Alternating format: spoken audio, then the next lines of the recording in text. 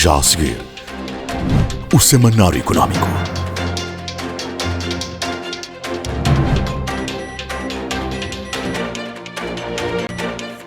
BNI, milhões de braços, uma só força.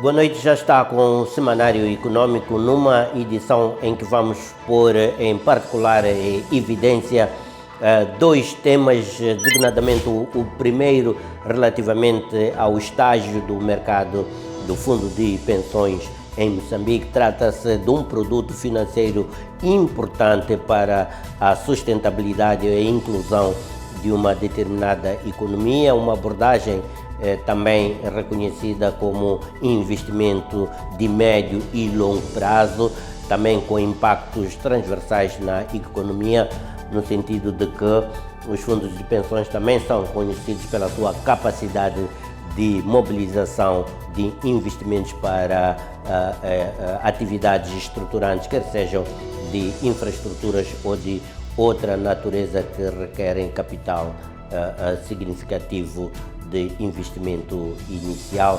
Conosco está Júlio Nhancume, ele que é gestor do fundo de pensões da Hollard. A Hollard queria dizer que é a mais recente entidade a avançar com um fundo de pensões em Moçambique, e é com esta entidade que vamos refletir sobre este contexto do mercado de fundo de pensões e a experiência específica da Hollard neste domínio.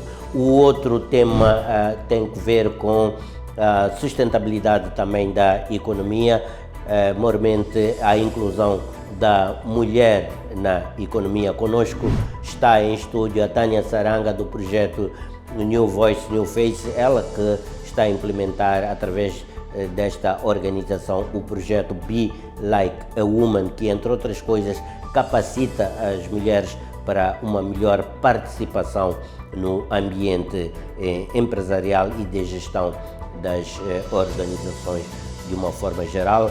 Vamos com ela compulsar não só sobre as particularidades e os méritos desta iniciativa, como também no contexto mais amplo e estratégico dos esforços em curso no país para aumentar os níveis de participação da mulher na economia. Estes são os temas em perspectiva, os temas centrais da presente edição do Semanário Económico. E há mais, e para isso chamo sua especial atenção agora para as manchetes da presente edição.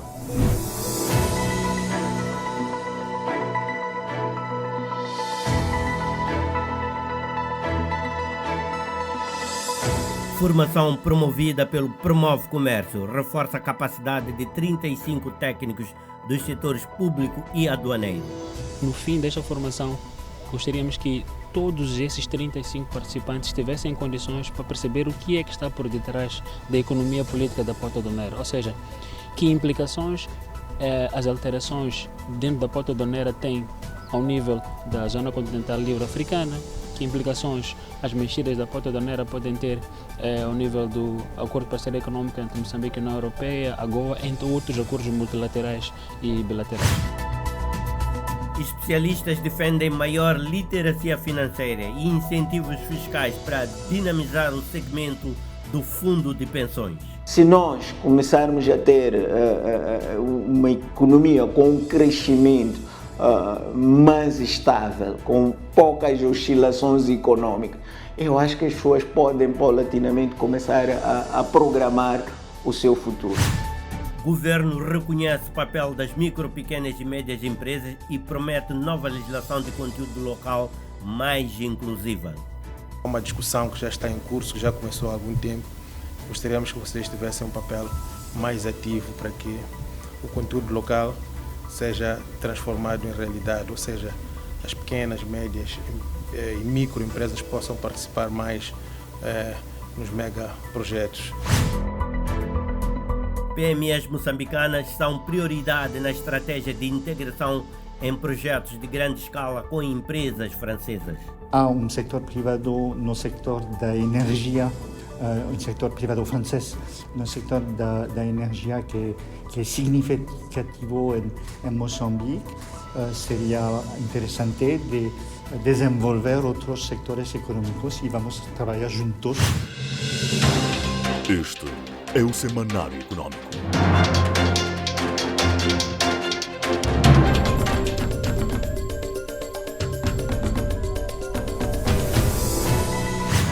Abrimos nesta altura o nosso bloco de atualidades, fazemos-lo nesta edição em particular em forma de síntese informativa, sobre a qual chamamos a sua especial atenção. Pauta aduaneira ganha centralidade estratégica no debate sobre o futuro econômico de Moçambique. No esforço para fortalecer o uso inteligente e estratégico da pauta aduaneira, o projeto Promove Comércio, financiado pela União Europeia, promoveu recentemente uma capacitação institucional dirigida a 35 quadros dos Ministérios da Economia, Finanças, Agricultura, Pescas e autoridades aduaneiras.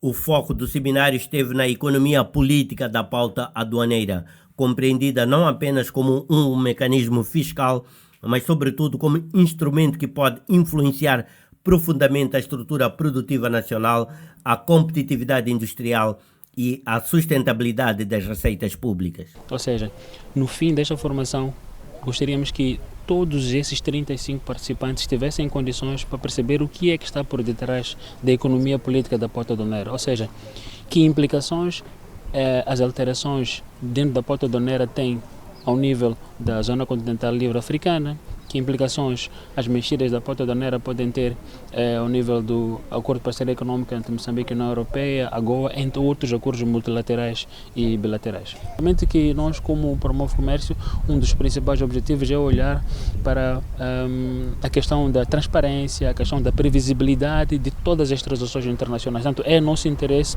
maior ter essas questões muito bem previsíveis. Quer dizer, uma transação econômica deve ser sempre previsível, tanto para o importador, assim como para o exportador. O seminário proporcionou uma abordagem prática e comparativa e procurou dotar os participantes da sensibilidade necessária para que intervenções tarifárias não sejam apenas tecnocráticas, mas também economicamente sustentáveis e socialmente informadas. Naturalmente que não pode ser eternamente, porque tem custos este processo. Primeiro, quando você impede a entrada de produtos estrangeiros para o seu país, o que acontece muitas vezes é que o preço de alguns bens vai aumentar para os consumidores, portanto vai prejudicar os consumidores. Pode, num determinado momento, favorecer e beneficiar os produtores, mas os consumidores ficam prejudicados. Esta coisa de proteção, de protecionismo, tem que ser feito sempre de uma forma estratégica e tem que ter em conta o tempo. Tem que ser introduzido apenas para impulsionar durante algum tempo, mas depois o comércio livre é o mais desejado. Os especialistas alertaram para o desafio de articular a política tarifária nacional com os compromissos regionais e internacionais, como a Zona de Comércio Livre Continental Africana e o Acordo de Parceria Econômica com a União Europeia. O país não é competitivo, o nível de produtividade nas áreas manufatureiras e na área agrícola mesmo, os níveis de produtividade são muito baixos. Moçambique tem problemas também em termos de investimentos, não é tanto internos como externos, para investir mais, portanto, no setor produtivo e para capacitar, digamos assim, a sua força de trabalho. Moçambique tem dificuldades em termos daquilo que são as suas infraestruturas. No momento em que Moçambique busca diversificar a sua economia e reduzir a dependência das importações, a pauta aduaneira, muitas vezes encarada apenas como instrumento arrecadatório, passa a ser percebida como peça-chave para a industrialização, o emprego e a autonomia econômica do país. Mexer a pauta aduaneira tem implicações na industrialização. Tanto é bom que todos os atores que estão envolvidos na elaboração da pauta aduaneira tenham essa sensibilidade, saber que mexendo o código postal X, mexendo o código postal Y, que implicações isso pode trazer na industrialização, que implicações isso pode trazer nas micro, pequenas e médias empresas, que implicações isso pode trazer na vida ou no impacto concreto para os consumidores. Fundos de pensões reafirmam o potencial como motor silencioso do desenvolvimento em Moçambique. Num contexto de baixa cobertura e escassa literacia financeira, os fundos de pensões em Moçambique despontam como uma alternativa promissora para garantir reformas mais dignas e, simultaneamente, mobilizar capital para o desenvolvimento econômico. Com apenas 11 fundos ativos e cobertura inferior a 1% da população, o setor é ainda embrionário, mas a aposta em inovação, inclusão e parcerias estratégicas abre novas perspectivas. A constituição de uma reforma segura e sustentável para trabalhadores moçambicanos continua a ser um desafio estrutural. Desde 2009, Moçambique dispõe do enquadramento legal para a criação e supervisão dos fundos de pensões sob tutela do então Instituto de Supervisão de Seguros de Moçambique. No entanto, a penetração permanece reduzida. Segundo dados do setor, apenas 11 fundos estão ativos e o número de beneficiários ronda os 11.595 membros registrados, representando menos de 1% da população economicamente ativa. As boas práticas ou a educação financeira diz que temos que poupar, mesmo que a gente tenha o mínimo possível. Se nós começarmos a ter uma economia com um crescimento mais estável, com poucas oscilações econômicas, eu acho que as pessoas podem paulatinamente começar a programar o seu futuro. O setor apresenta um déficit nos ativos investidos por fundo de pensões em comparação com países como o Botsuana, onde representam 48% do PIB. Moçambique tem que poupar mais, o trabalhador tem que ter melhor proteção na altura da reforma. E o trabalho de se preparar para a reforma começa hoje. Os fundos de pensões são também uma via para impulsionar investimentos estratégicos de longo prazo, como infraestruturas, habitação, energia, educação e saúde. A inclusão dos trabalhadores informais é outro desafio central. Neste cenário de transformação, a Hollard lançou um fundo de pensões inovador que junta seguro de vida e pensões numa única plataforma integrada, contando com o Banco Big como gestor independente de ativos. Eu acho que isto traz um modelo de governança diferente, traz uma responsabilidade também diferente para o Banco Big, na medida em que é uma entidade independente que faz esta gestão e, portanto, todas as decisões que toma e os investimentos que fizer poderão ser naturalmente colocados em causa e nós vamos tentar fazer aqui o nosso melhor papel de modo a criar riqueza para os participantes deste Fundo de Pensões. Este é o Semanário Econômico.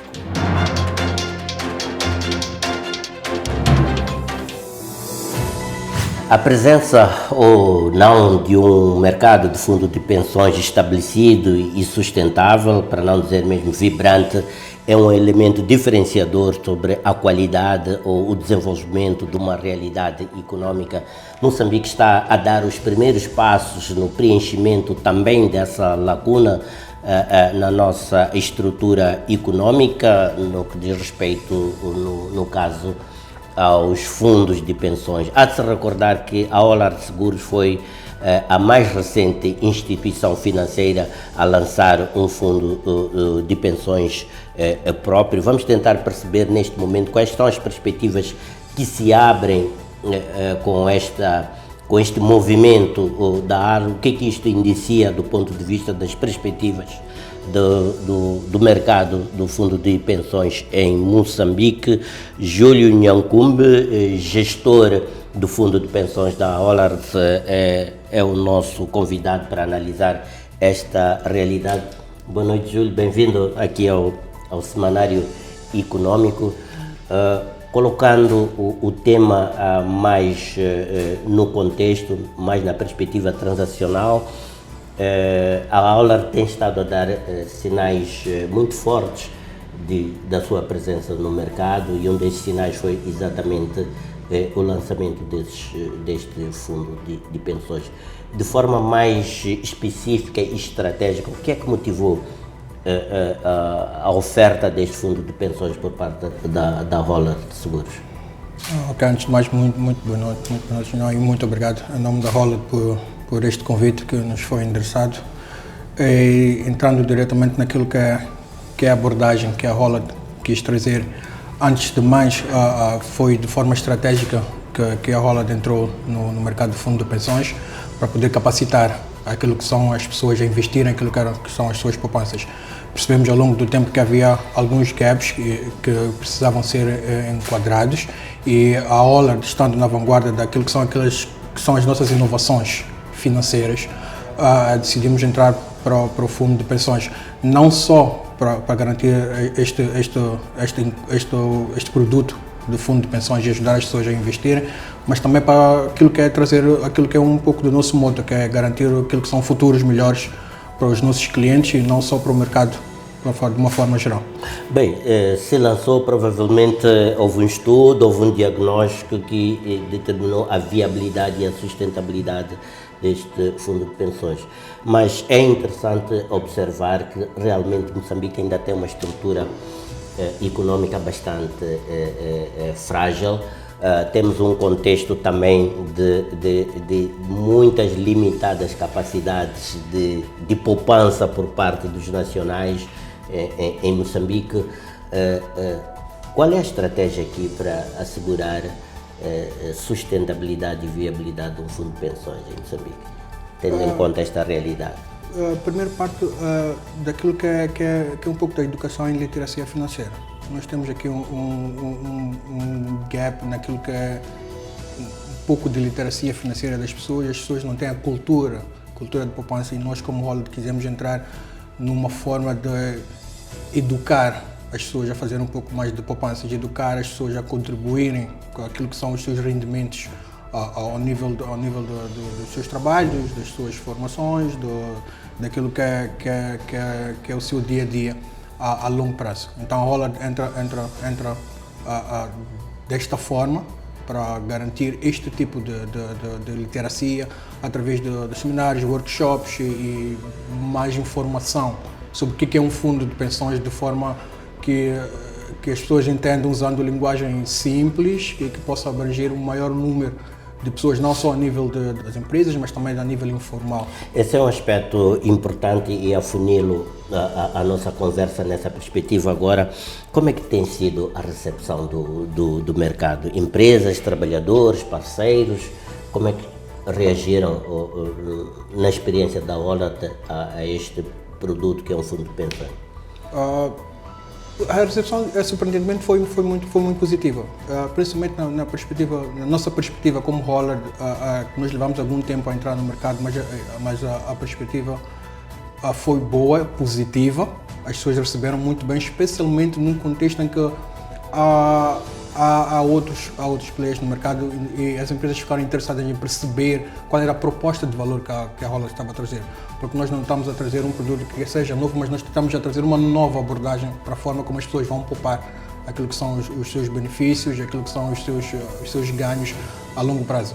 Mas fez referência há minutos atrás que havia esta barreira da literacia financeira. Como é que este tema em específico é abordado? Como é que esta barreira é transposta na perspectiva de realmente o Fundo de Pensões ter o seu impacto, o seu papel socioeconómico esperado? Como Hollard, ainda também é um pouco da nossa responsabilidade, não só como inovadores de instrumentos financeiros, a literacia para os nossos clientes. Isso passa necessariamente por criar espaços como este, por exemplo, de que possamos divulgar o que são os fundos de pensões, alguns workshops que estamos a idealizar, algumas masterclasses e coisas do género, que é para podermos trazer de forma simples e direta o que é realmente e qual é a vantagem destes fundos de pensões.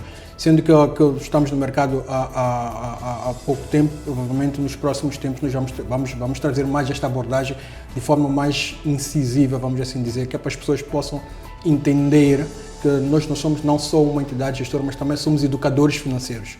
Esta compreensão limitada tem níveis que do vosso lado se possa considerar surpreendente exatamente pela sua limitação?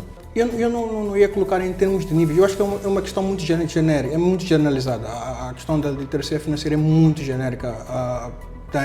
Tem grupos de indivíduos que nós consideramos que tenham literatura financeira, mas para este caso específico do Fundo de Pensões, às vezes não tem aquilo que é o básico para entendimento de que tipo de vantagem que eu tiro sobre um fundo de pensões. Então é uma questão muito abrangente a todos os níveis. Provavelmente estes aspectos que abordamos até agora contribuíram na definição da proposta do valor e na diferenciação da Orla do Fundo de Pensões. Como é que o Fundo de Pensões da Orla se posiciona no mercado? É mais um fundo ou é aquele fundo? Uma das abordagens que nós tivemos estrategicamente dentro da Hollard foi de tomar um caminho mais longo para criar esta entidade. Isto passava necessariamente por perceber quais eram os problemas que o mercado traz ao nível do fundo de pensões. Nós sabemos que os fundos de pensões já têm mais de 10 anos no mercado, mas nós precisávamos perceber exatamente o que é que estava a faltar no mercado para que este produto fosse mais abrangente e houvesse mais aderência no mercado. Então, esta foi a forma que nós quisemos nos posicionar. Identificamos o problema e trouxemos aquilo que nós pensamos que é a solução nas nossas propostas de valores, que passa necessariamente, por exemplo, por introduzir tecnologia na forma de gerir as pensões.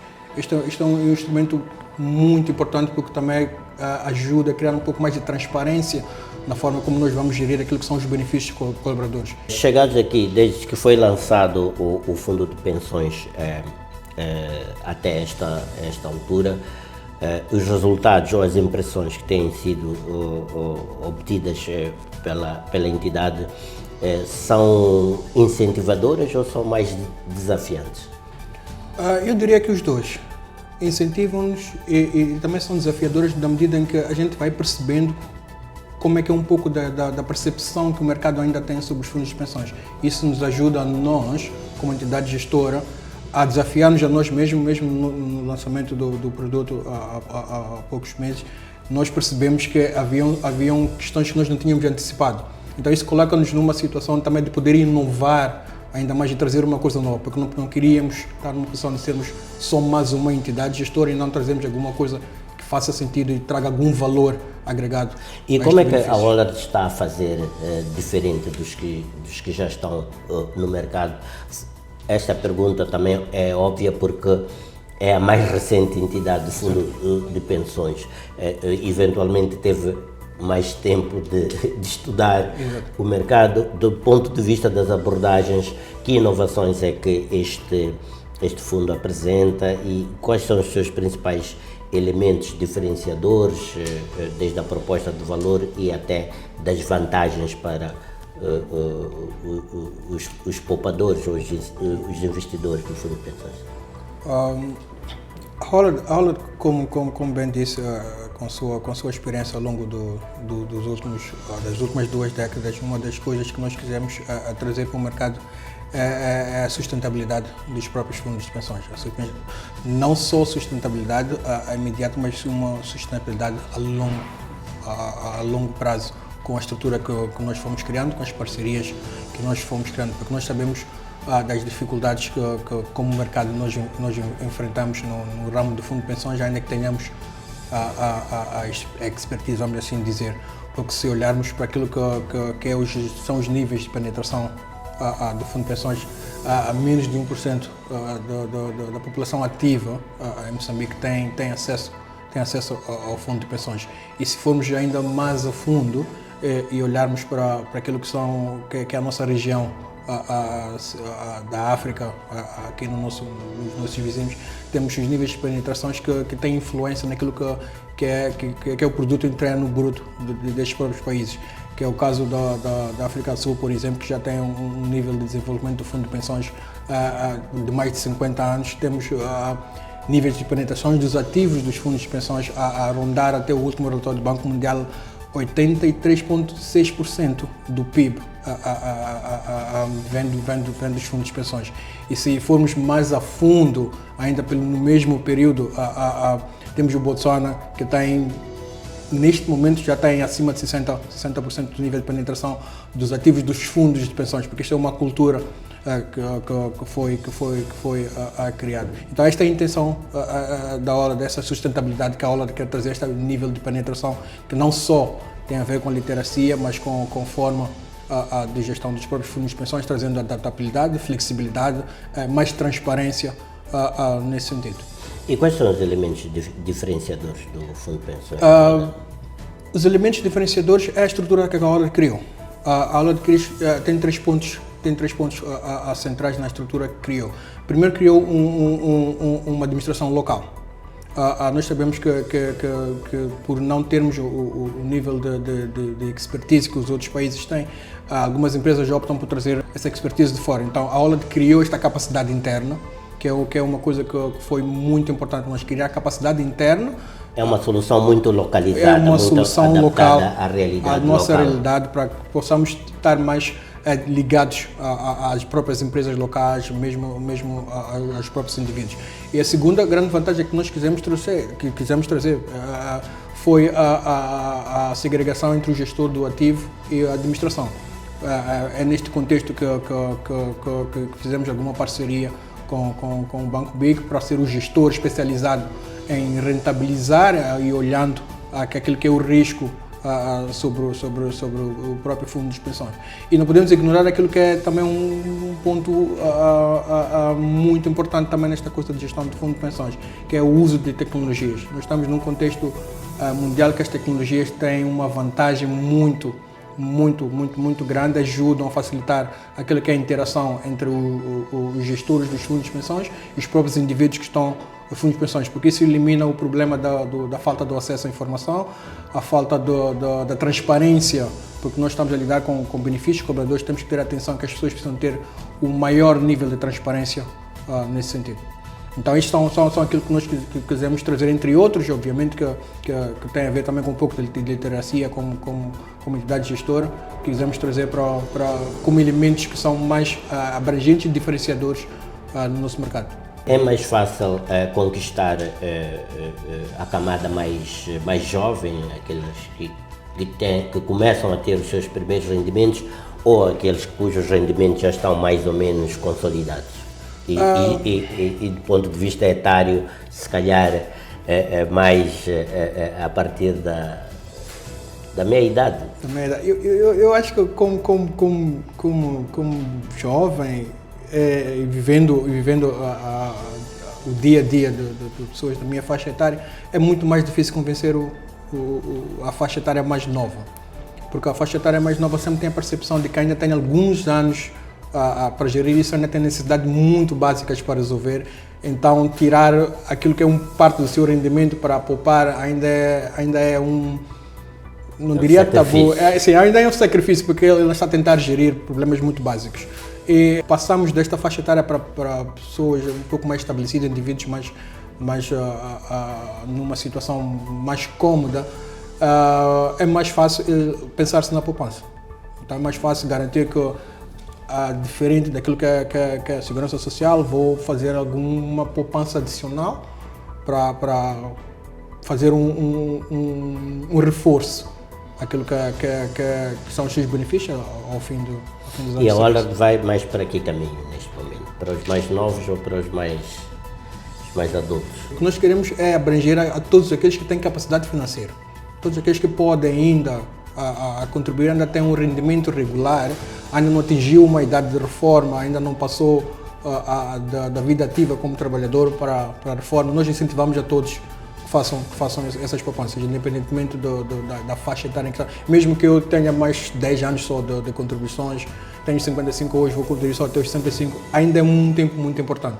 Pois. Então não podemos ignorar isso. Julinho, muito obrigado por nos elucidar sobre o fundo de pensões da Hollard e, mais do que isso, o ponto de situação deste ramo da atividade econômica, mais especificamente a atividade financeira. Agradeço bastante o Semanário Econômico, conto consigo numa próxima oportunidade para este e outros temas.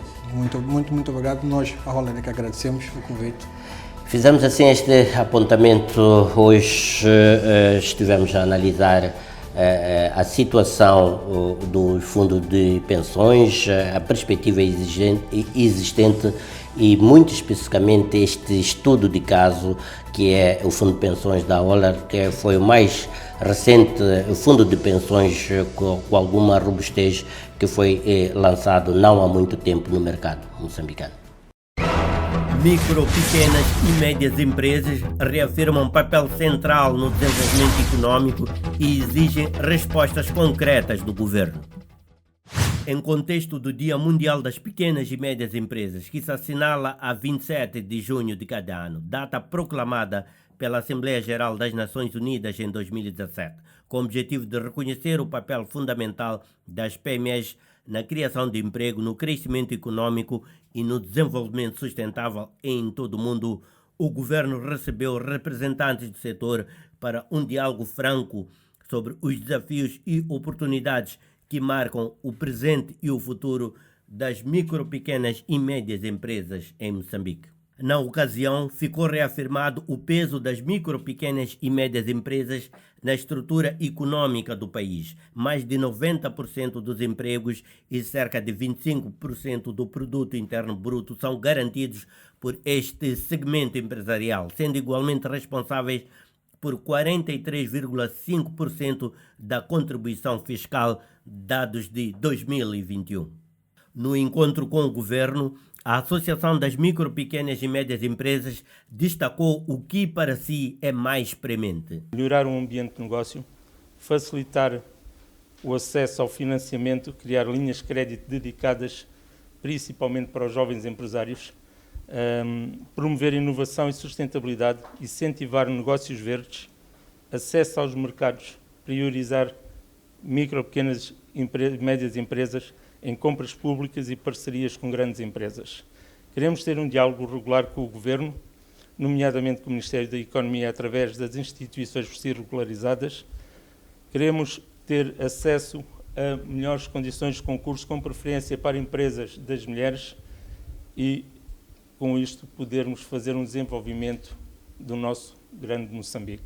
A APME defendeu ainda que o conteúdo local deve traduzir-se em oportunidades tangíveis. Para nós aqui em Moçambique, nós temos um processo de seleção muito bem elaborado e fácil de acessar, que são os documentos normais que a gente tem, que são as quitações que a gente tem que apresentar. Enquanto para as multinacionais nós temos grandes dificuldades de acessar. Por quê? Porque tem que ter muita justificativa durante o processo de contratação. O processo é muito lento e para nós pequenas e médias empresas é difícil, às vezes, apresentar toda aquela documentação. O ministro da Economia, Basílio Mohat, reconheceu as limitações atuais, mas reiterou que a inclusão das MPMEs é prioridade do Executivo, especialmente no quadro da revisão da lei do conteúdo local. Há um grande desafio que temos em relação ao conteúdo local, para os mega e grandes projetos que temos no nosso país. Então, há uma discussão que já está em curso, que já começou há algum tempo. Gostaríamos que vocês tivessem um papel mais ativo para que o conteúdo local seja transformado em realidade, ou seja, as pequenas, médias e microempresas possam participar mais nos mega projetos.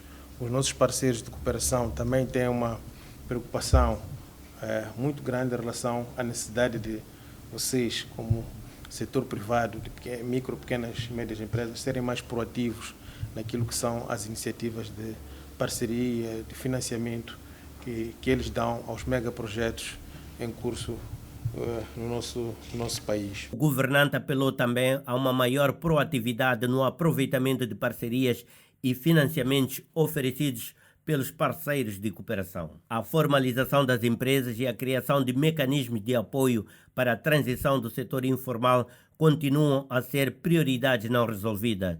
As associações propõem a criação de uma matriz de ações articuladas entre o governo, a banca e o setor privado para garantir um ambiente mais justo, competitivo e inclusivo. O ministro da Economia reiterou que o novo ciclo de governação coloca as PMEs no centro da estratégia de crescimento. Temos como prioridade a geração de novos negócios, a inclusão de jovens, falou também das mulheres na economia, tanto através não só de emprego, mas também de criação de novos empresários, novos atores-chave para o desenvolvimento do nosso país. Portanto, queremos, em nome do governo, enaltecer este trabalho que sabemos que tem muitos desafios, alguns foram aqui apresentados. Queremos enaltecer e dizer que contem conosco, contem com o governo moçambicano para ultrapassarmos em conjunto esses desafios no âmbito da legislação, na remoção de barreiras, nos incentivos à vossa atividade, também, principalmente no financiamento bancário. Temos estado a discutir com a banca, mas é preciso irmos mais além e para isso contamos muito com a vossa colaboração. Moçambique e França reforçam cooperação comercial com nova plataforma logística e fórum empresarial.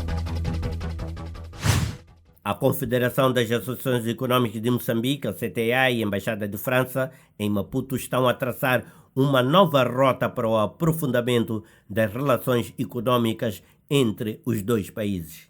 O que também estivemos a discutir é a possibilidade da utilização aqui da ilha de Mayotte, que está a quase 1 hora de voo, de Moçambique, para incentivar aquilo que são as nossas exportações para a França. E haver outras possibilidades, por exemplo, na área de formação, da capacitação técnica das nossas empresas. Existem alguns fundos que estão a ser coordenados pelo Gabinete do Ordenador Nacional do Ministério dos Negócios Estrangeiros, que vão também ajudar aquilo que são as empresas moçambicanas a desenvolver as suas atividades através do acesso a esse financiamento. As expectativas de retoma das operações da Total Energy na bacia de Rovuma também foram mencionadas como uma oportunidade para estreitar laços comerciais e ampliar o leque de serviços prestados por empresas locais, segundo o embaixador da França em Moçambique. O que gostaríamos de organizar de novo, como em 2023, como apoio do CTA, encontro entre empregadores dos dois países para ver se podemos desenvolver investimentos em outros sectores. E vamos trabalhar juntos para que há mais trocas entre os dois países. Do lado da CTA vem a afirmação de que o setor privado moçambicano está empenhado em aproveitar projetos de grande escala para promover o desenvolvimento empresarial nacional com enfoque na inclusão das PMEs e na diversificação das exportações. A CTA está preocupado para micro, pequenas e médias empresas. Todas as empresas moçambicanas que estão aqui, a CTA está preocupado em nossa força como piloto de energia é para nós sermos parceiros inteligentes com empresas francesas. Segundo os dados oficiais, as trocas comerciais entre Moçambique e França totalizaram cerca de 125 milhões de euros em 2024, sendo um saldo geralmente deficitário para a França. As exportações francesas consistem sobretudo em equipamentos mecânicos, material elétrico e bebidas, enquanto Moçambique exporta castanha de caju e tabaco. Vamos exportar a nossa fruta, vamos exportar o nosso marisco. Portanto, temos muita área de cooperação e de exportações que podem ser por via da ilha de Mayotte, exportar para a França. Como sabeis, a França e a ilha de Mayotte têm maior ligação e com voos diretos. No ciclo de cooperação, espera-se uma maior inclusão do setor privado moçambicano nos fluxos comerciais e de investimento com a França, consolidando uma relação mutuamente vantajosa e mais equilibrada.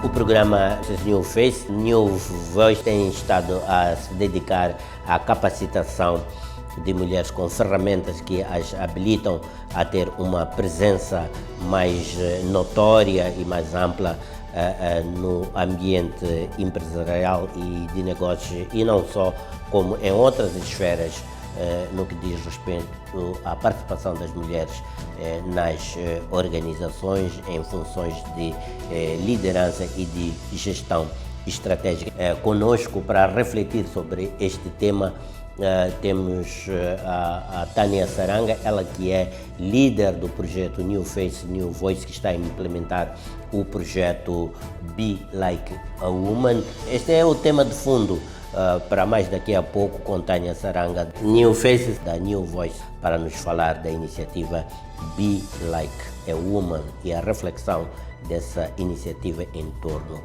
do estágio do empoderamento e da inclusão da mulher na economia. Vamos ao intervalo, voltamos então para o desenvolvimento desse tema.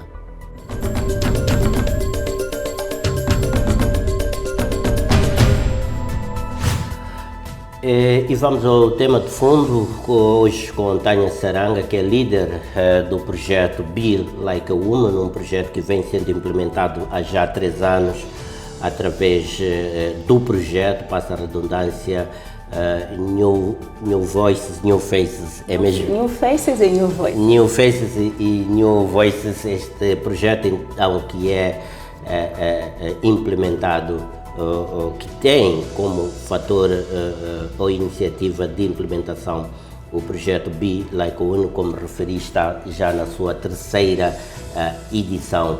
Trata-se de uma iniciativa que aborda um dos temas mais prementes quando se fala da sustentabilidade e do crescimento econômico de Moçambique.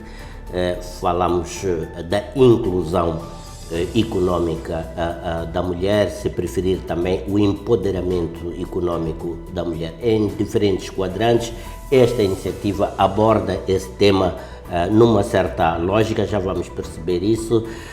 Tânia Saranga, começamos mesmo por este aspecto.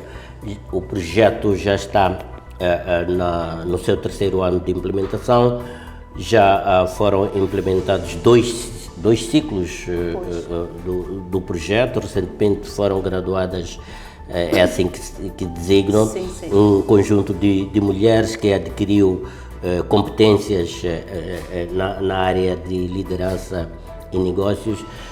A questão que lhe coloco é que mudanças qualitativas e quantitativas este projeto conheceu nesta 2ª edição, particularmente desde que foi lançado. Obrigada. Em primeiro lugar, agradecer pelo convite, mais uma vez estar aqui no Semanário Econômico e falar um pouco mais sobre o nosso programa Be Like a Woman, como New Faces e New Voices. Respondendo diretamente à sua questão, nós já começamos a ver aqui algum impacto ou algum resultado. Obviamente que para este tipo de intervenção, quando se requer uma transformação, a transformação não acontece rapidamente. Nós estamos agora a implementar, concluímos recentemente a conclusão da 2ª edição do Be Like a Woman, então posso falar dos resultados que nós conseguimos observar a partir da 1ª edição. As mulheres que participaram, vale a pena dizer que nós temos mulheres empresárias e mulheres profissionais que fazem parte do programa Be Like a Woman. Na 1ª edição nós tivemos cerca de 34 mulheres que participaram do programa e nesta 2ª edição nós concluímos agora um grupo de 57 graduadas. Para a 1ª edição nós já conseguimos ver aqui melhorias em termos de capacidade de gestão dos seus negócios, capacidade de liderar onde quer que estas mulheres se encontravam quando nós iniciamos o programa. Para a 1ª edição nós já temos mulheres que começam a reportar melhorias na capacidade de gerir a nível profissional. Temos algumas que iniciaram como gestoras ou já assumem cargos de direção, não é? Onde elas se encontram. Já têm uma perspectiva de desenvolvimento de carreira que elas não tinham antes, já conseguem estar no local de trabalho e negociar melhor não só o desenvolvimento de carreira, mas também a sua posição e o seu pacote em termos financeiros. Então vemos que já existe aqui alguma robustez com relação ao posicionamento da mulher que participou deste programa. A nível empresarial, nós também já vemos algum fruto, ainda que seja preliminar, naquilo que foram as intervenções que nós fomos trabalhando com estas mulheres. Algumas mulheres já começam a ter acesso a alguns fundos. Nós tivemos algumas que participaram desta segunda edição. Nós temos sempre o cuidado de envolver parceiros, nós não temos a capacidade de responder a toda a demanda, é por isso que nós trabalhamos com parceiros. E nesta segunda edição nós tivemos o envolvimento de um parceiro que trabalha ou que faz a intermediação entre negócios cá em Moçambique com investidores estrangeiros que têm interesse em investir em setores diversos. Falo aqui da agricultura em particular, mas eles estão interessados em investir em setores diversos. Nós fizemos esta ligação, esta empresa participou do programa, deu uma masterclass ao programa que proporcionou às mulheres que participam do programa, às empresárias em particular, em como fazer um pitching, como é que ela posiciona, como é que ela organiza a informação da sua empresa para que consiga atrair investidor estrangeiro ou o que nós chamamos de business angels, portanto, os anjos, não é? Em termos de negócio, que não conhecem Moçambique, não conhecem a nossa realidade, não conhecem os nossos negócios, entretanto, têm capital suficiente para investir em pequenos negócios em fase de incepção, mas também já em fase de expansão. Algumas destas mulheres que participaram da segunda edição já estão em ligação com esta empresa, algumas já estão prontas para receber investimento estrangeiro, o que significa que nós, como trabalho ou aquilo que nós designamos como propósito desta iniciativa, já começamos a ver aqui alguns resultados. Bem, o campo da exclusão econômica da mulher, ou se quisermos da exclusão da mulher, é um campo bastante vasto. Como é que este projeto identifica as potenciais participantes dos diferentes ciclos de formação? Fez em algum momento referência de que a demanda era grande, queria perceber isto e como é que se depois faz esta seleção para que o próprio projeto ele em si não seja exclusivo ou excludente no que diz respeito às necessidades de capacitação das mulheres em diversas áreas, gestão, liderança e também carreira e negócios. Boa questão. Nós, quando iniciamos, nós tínhamos apenas o interesse de envolver mulheres, seja profissionais ou empresárias, que atuam já numa fase avançada de desenvolvimento, seja profissional ou empresarial. Portanto, tem que ser mulheres que já estão num nível de gestão. Não pode estar ainda naquele nível inicial ou de crescimento profissional ou empresarial. Este é o primeiro critério. Nós mantivemos este critério para a segunda edição.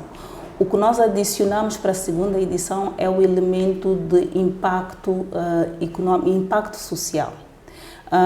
Porque verificamos que não vale a pena só falarmos do desenvolvimento econômico sem falar de qual é que é o impacto que estas empresas têm a nível social.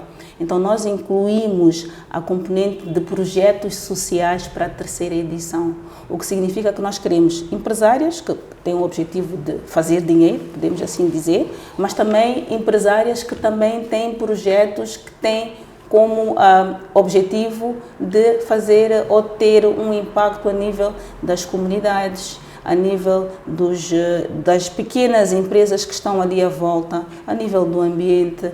Portanto, são várias as componentes que nós olhamos para quando nós falamos de impacto social. E essas mulheres tendem a submeter ao projeto, o seu projeto. E apresentam em que área que estão a atuar, não tem que submeter o projeto, mas tem que indicar qual é que é o projeto em que elas estão inseridas e qual é que é o objetivo a nível de impacto social e ambiental. Falando concretamente desta segunda edição, sobre a qual já há uma experiência, há um resultado concreto, que setores, que realidades e que desafios caracterizaram esta segunda edição do Be Like a Woman?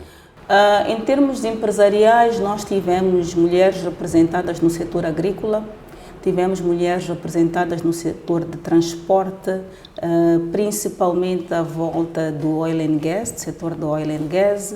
Tivemos mulheres também que atuam em serviços de forma mais genérica.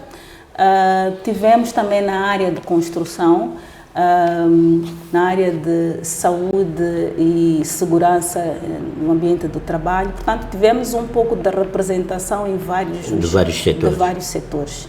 Pois, apesar do progresso que a sociedade moçambicana tem estado a registrar neste domínio, assim confirmam um conjunto de estudos e estatísticas disponíveis, todavia as mulheres continuam a enfrentar dificuldades no acesso a oportunidades económicas. Esse é um fato, ainda assim está-se muito longe ainda, o hiato ainda é grande. Que barreiras é que continuam a ser mais difíceis de ultrapassar, tendo em conta o olhar que o vosso projeto conseguiu desenvolver para esta realidade? A questão da liderança continua a ser um desafio. Portanto, eu vou falar primeiro internamente, porque temos que reconhecer que o problema não é só do setor. Temos que reconhecer que ainda existe uma grande necessidade a nível interno, a nível das instituições, a nível das pequenas empresas se profissionalizarem. Então, começa pela liderança, que nós identificamos que ainda existe aqui uma grande necessidade de fortalecer a capacidade das mulheres em serem líderes, em tomar decisão de forma prática, estruturada, de tal modo que consigam perceber o desenvolvimento da sua empresa nos vários estágios que se espera. Este é um primeiro aspecto.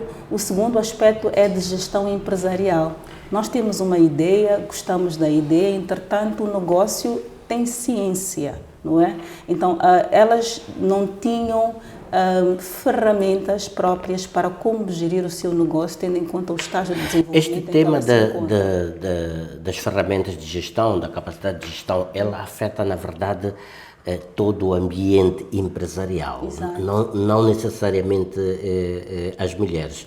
Mas no caso das mulheres, que aspectos se destacam neste domínio, precisamente pelo fato de serem mulheres? Pelo fato de serem mulheres, é a questão da liderança que está associada à confiança, não é? Nós estamos numa sociedade em que o homem é permitido a fazer muitas coisas e já está exposto há mais tempo em que a mulher. Portanto, o ter confiança de gerir um negócio ainda não só esperado do lado da mulher, como também não foi desenvolvido do lado da mulher. Então, estas ferramentas, pelo menos, deram-lhe a confiança de como é que ela pode gerir o negócio sendo mulher. O outro aspecto é o acesso ao capital, porque existem vários elementos à volta da empresa da mulher que, infelizmente, ainda lhe colocam aquém daquilo que é a situação do homem, como, por exemplo, apresentar uma colateral, não consegue ir à banca e ter um financiamento para expandir o seu negócio porque não tem colateral. Também tem a questão da documentação, ok? Muitas destas mulheres, para nós não é o caso, porque nós trabalhamos com mulheres que estão formalizadas, mas em geral ainda temos muitas mulheres que atuam no setor informal e de certa forma inibe a capacidade dela ter acesso a financiamento. Não é normal a mulher sair de casa e dizer que eu vou fazer networking. não é? Ainda é uma realidade para o nosso país. E nós sabemos que os negócios nem sempre se assinam no escritório. O escritório nós vamos lá formalizar um acordo ou uma negociação que foi feita, se calhar, num jantar. Teve o seu processo. E teve o seu processo. E os homens estão muito mais expostos a esta realidade. As barreiras culturais. São barreiras culturais. Então, nós proporcionamos a estas mulheres ambientes em que elas começaram a fazer networking entre elas, mas também colocamos um ambiente em que elas tinham estes investidores, em que ela tem que saber como é que ela vai fazer o pitching do seu negócio em 2 minutos, em menos de 1 minuto. Portanto, colocamos aqui um ambiente mais prático em como é que ela pode desenvolver essas capacidades. Consegue visualizar o impacto do Be Like a Woman para além das participantes diretas no projeto? Esse tem sido o nosso discurso diário, porque nós até o momento temos aproximadamente 90 mulheres que participaram deste programa, mas o nosso objetivo não é ficar por isto. E nós não vamos ter também sempre a capacidade de incluir mais e mais, porque por cohorte ou por edição, o máximo que nós podemos incluir provavelmente há de ser 50, 60. E ainda é inexpressivo quando nós vamos falar do nosso país e da necessidade do nosso país. Então, o nosso discurso tem sido sempre cada mulher que participa deste programa, a responsabilidade é replicar, é transformar este conhecimento e transmitir este conhecimento a mais mulheres, a mais pessoas que estão à volta destas comunidades. Para dar um exemplo, nós começamos com esta iniciativa de o Be Like a Woman Gives Back. Ou seja, as mulheres que participam deste programa já têm ferramentas, não é? Que estiveram expostas, e é a responsabilidade delas também formar e envolver mais mulheres à volta. No término agora da segunda edição, nós lançamos o Be Like a Woman Wave, o que significa que nós vamos, associado aos nossos parceiros de mídia, implementar um programa que já é muito mais abrangente, e vamos envolver estas mulheres que se beneficiaram destas ferramentas para que elas consigam alcançar e transmitir o conhecimento a mais mulheres. Volto um pouco atrás, captando o tema que nos referimos anteriormente, mas sobre uma outra sobre um outro olhar, sobre uma outra perspectiva. O que é que, na reflexão da Tânia Saranga, o que é que esta experiência nos diz sobre os desafios estruturais que continuam a alimentar o empoderamento econômico da mulher em Moçambique? Eu diria que nós temos tido várias intervenções e várias iniciativas que são esporádicas. Entretanto, nós não conseguimos criar aqui uma abordagem mais holística, mas também contínua. A mulher precisa de acompanhamento contínuo. O que nós verificamos é que, através dos masterclasses, elas têm masterclasses, mas logo a seguir elas depois têm coaching. Nós ainda precisamos de ter serviços de desenvolvimento empresarial, os BDS, não é? Para as empresas. Eu diria que, ainda que a gente tenha boas leis, ainda que a gente tenha melhor a questão do financiamento, acesso ao financiamento, nós ainda estamos num país, como diz, é geral, não é só para a mulher, é geral. Ainda precisamos de um acompanhamento contínuo para desenvolver uma pequena e média empresa. Então, eu vejo que existe ainda esta fragilidade na conexão entre os grandes negócios e os pequenos negócios, e é por isso que nós também temos fortalecido muito esta ligação e este networking entre as mulheres que participam dos nossos programas com o setor em geral. Pois, depreendo que necessidade também de esta articulação com o Estado e com o setor privado. Como é que a New Face, New Voice vê a colaboração com instituições públicas, por exemplo, ao nível de empresas e parceiros multilaterais, na perspectiva de aumentar o alcance do projeto? admitiu que o número ainda é inexpressivo, mas acho que estão insatisfeitos com isso, também concluo que estão insatisfeitos. Então, o que é que estão a fazer com essa insatisfação na perspectiva de expandir o alcance do projeto?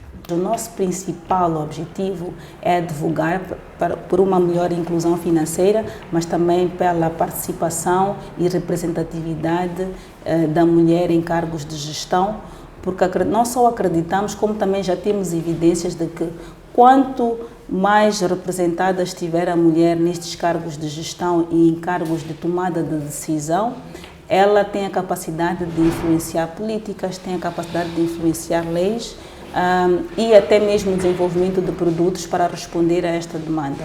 O que significa que uma das nossas abordagens é justamente esta. Nós coletamos evidências. Quando nós trabalhamos com estes programas, nós estamos a entender quais é que são os principais desafios, e se for um desafio que é mais que incide mais sobre o setor privado, nós então aproximamos ao setor privado e vemos de que forma é que o setor privado pode responder a esta necessidade. Agora, em relação à implementação em si do projeto, obviamente que nós precisamos de parceiros. Nós agora estamos a falar com alguns parceiros para implementarmos este Be Like a Woman Gives Back, porque nós não vamos conseguir fazer tudo isto sozinhos. Se calhar é prematuro trazermos aqui com quem é que estamos a falar e de que forma é que estamos a falar, mas o que tenho a dizer é que sim, nós olhamos para este aspecto, vemos que não temos capacidade de fazer tudo isto sozinhos e também pela nossa gênese as parcerias nos proporcionam uma maior abrangência. Há condições para o Be Like a Woman ser institucionalizado ou replicado ao nível de uma política pública ou um modelo nacional, ou essa é uma ambição que neste momento está fora das vossas cogitações? Eu acho que todo grande projeto parte de um sonho, e o sonho que nos está a trazer aqui é um sonho que nós sim gostaríamos de realizar. Como é que nós o faríamos? Ainda não temos, vamos dizer, a fórmula certa, mas o objetivo é sermos o mais abrangentes possível. Entretanto, quanto mais fazemos ou implementamos em escala, também temos que ter o cuidado de não diluir a qualidade. Nós tivemos agora, só o fato de nós termos praticamente duplicado o número de participantes desde a primeira edição à segunda edição, sentimos ali o desafio, o que significa que, graças a Deus, nós não diluímos a qualidade. Entretanto, toda a logística volta associada à implementação do programa. O esforço foi maior, sentiram o esforço foi maior, o que significa que nós provavelmente teríamos que aumentar mais parceiros, tínhamos que ter muito mais mentores. Nós contamos com mentores nacionais a nível da região e a nível internacional, o que significa que nós tínhamos que ter muito mais mentores. É importante também dizer que este programa é gratuito e os nossos mentores trabalham pro bono. Então, quantas pessoas é que nós conseguimos angariar nessas condições? Então, é um aspecto que deve ser considerado. E qual é a visão de médio prazo para o lugar das mulheres na economia moçambicana, na base do que viu acontecer no decurso da implementação deste projeto que já está no seu 3º ano? Nós queremos ver mulheres milionárias, nós queremos ver mulheres bilionárias e queremos ver mulheres que se sentem bem em ser milionárias sem ter que justificar e até sentirem-se mal por serem milionárias. E para isso nós estamos a integrá-las e a associá-las a instituições que já cá em Moçambique têm resposta para produtos de investimentos. Há muitas pessoas que não têm conhecimento sobre isso, que mesmo sendo profissionais, não têm que ser empresárias, mas mesmo sendo profissionais com o seu salário, como é que elas conseguem investir? Então, é esta perspectiva que nós temos. Nós queremos não só despertar este interesse por multiplicar os rendimentos, qualquer que seja a fonte destes rendimentos, mas também trazê-las ferramentas, trazê-las oportunidades de expandir ainda mais os seus negócios e crescerem profissionalmente. Nós gostaríamos de ver mais negócios de mulheres sustentáveis. Cada crise que nós temos, nós vamos verificando que são muitos os negócios que vão desfalecendo. E nessas análises percebemos que são mais os negócios de mulheres que não estão mais expostas, estão mais vulneráveis. Pois, exatamente. Então nós gostaríamos de ver negócios de mulheres mais sustentáveis e mais resilientes, ok? Que não caem quando aparece a primeira crise. Exatamente. Tânia Sarango, muito obrigado por estar aqui no Semanário Econômico. Desejo os maiores sucessos para o projeto no seu e particularmente nesta terceira edição. Eventualmente quadripliquem o número de participantes nesta iniciativa que tem todo o mérito e dou os parabéns por isso. Muito obrigada pelo convite mais uma vez e pronto, vamos seguindo. Muito bem, esta foi a nossa análise em profundidade. Hoje um tema que trespassa o cenário econômico moçambicano quando se faz esta discussão sobre a sustentabilidade da economia e do crescimento econômico de um modo particular. Estivemos a falar aqui sobre a inclusão ou, se quiser no sentido oposto, a exclusão econômica da mulher, que desafios, que oportunidades é que se acarreta, e trouxemos aqui um estudo de caso, que é este projeto Be Like a Woman, que tem se esforçado em criar mais capacidade para as mulheres, quer sejam capacidades de literacia, quer sejam capacidades também no domínio mais emocional, articulando aspectos como liderança, ética e negócios sustentáveis, entre outros. Fizemos assim então este tema de fundo. É tempo agora para uma curta pausa. Voltamos logo de seguida. Até já. Você está com o Semanário Econômico.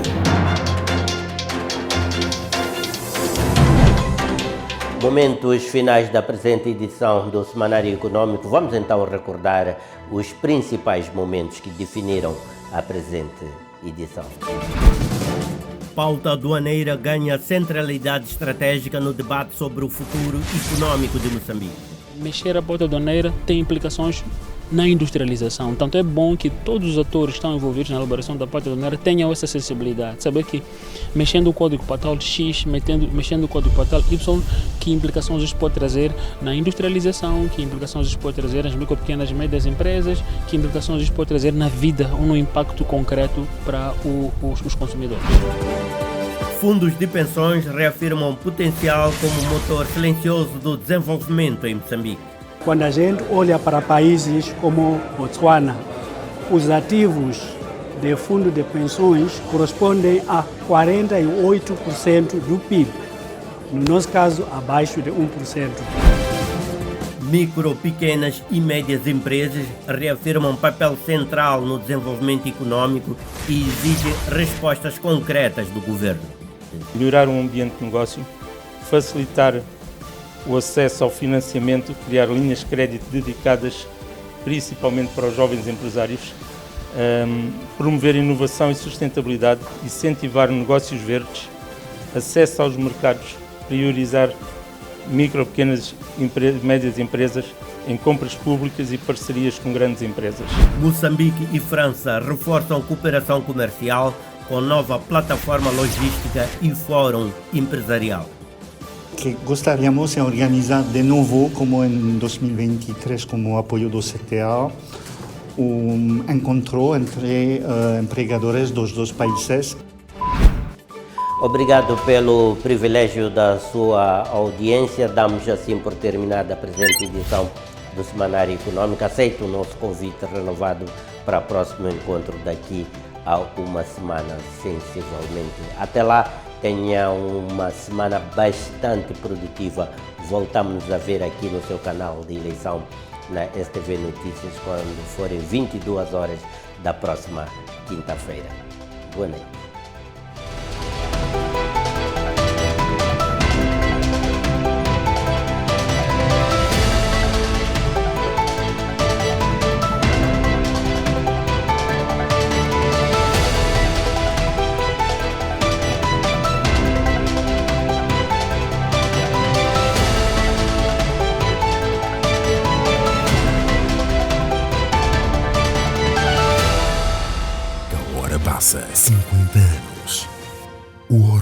Rádio de Moçambique. BNI, milhões de braços, uma só força.